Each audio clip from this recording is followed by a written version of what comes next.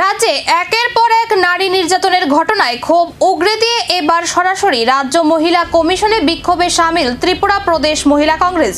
অভিযোগ, নারী সুরক্ষার প্রশ্নে সম্পূর্ণ ব্যর্থ মহিলা কমিশন।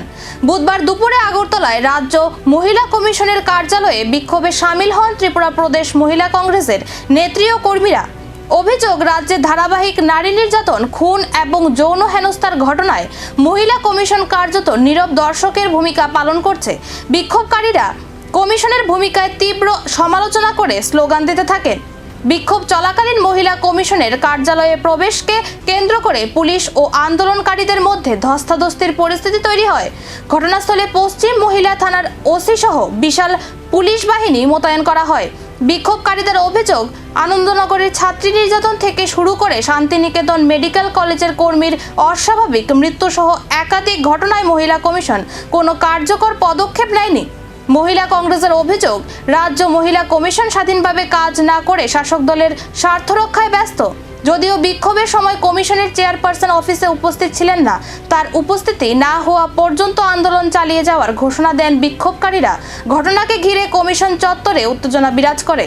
ত্রিপুরা রাজ্যে ক্রমাগত শিশু কন্যা থেকে শুরু করে ৬০-৬৫ বছরের মহিলারা পর্যন্ত ধর্ষণ, গণধর্ষণের শিকার হচ্ছে।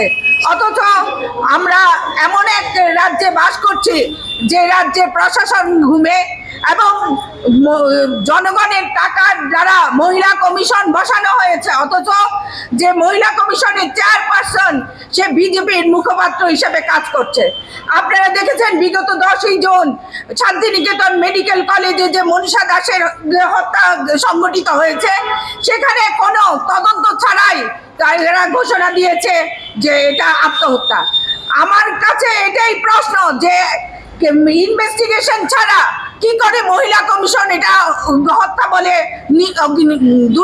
আত্মহত্যা বলে চালিয়ে দিয়েছে? নিশ্চয়ই এটার মধ্যে রহস্য লুকিয়ে আছে এবং জনগণ জানতে চাইছে এটা কি কারণে এই মনীষা দাসের হত্যা সংঘটিত হয়েছে। যেখানে তার ডিউটি ছিল ৯টা থেকে ৫টা, সেখানে থাকার জন্য তাকে ঘর রাখা হয়েছে এবং সেই ঘরে তার ৩ দিন পরেই দেখা গেছে তার ঝুলন্ত দেহ।